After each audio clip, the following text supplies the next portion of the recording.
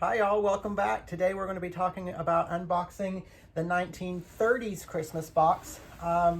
It's a small Christmas box because it was in the Depression.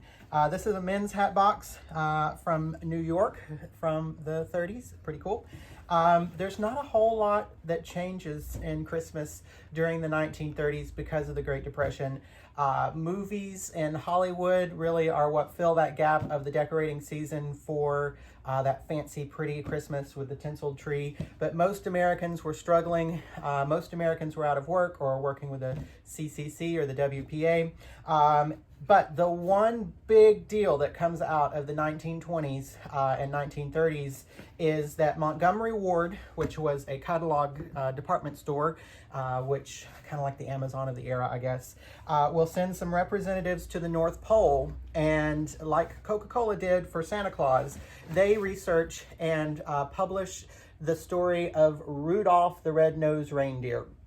Now, this is actually one of the originals, Merry Christmas on the back. It's a beautiful illustrated story about poor old Rudolph and Santa Claus needing his help. It's not until later that the song comes out, but this is actually one of the original Rudolph the Red-Nosed Reindeer merch toys. He's kind of terrifying, but Rudolph the Red-Nosed Reindeer is introduced in the 1930s to the American public, and then the song immortalizes him forever. So there's not a whole lot to talk about with the 1930s Christmas. Of course, electric lights were popular, shiny bright ornaments were popular, but you really see it being more of a homemade, harkening back to the earlier years of a homemade, home-decorated Christmas. What's really interesting about the Christmas season is pre-Civil War in America, Christmas was very much a American adult drinking, rowdy holiday that looks a lot more like Halloween and New Year's had a baby. And then during the American Civil War, the ladies on the home front take that away from the rowdy adults and give it to the kids to have something holly and jolly to look forward to and something positive in their lives.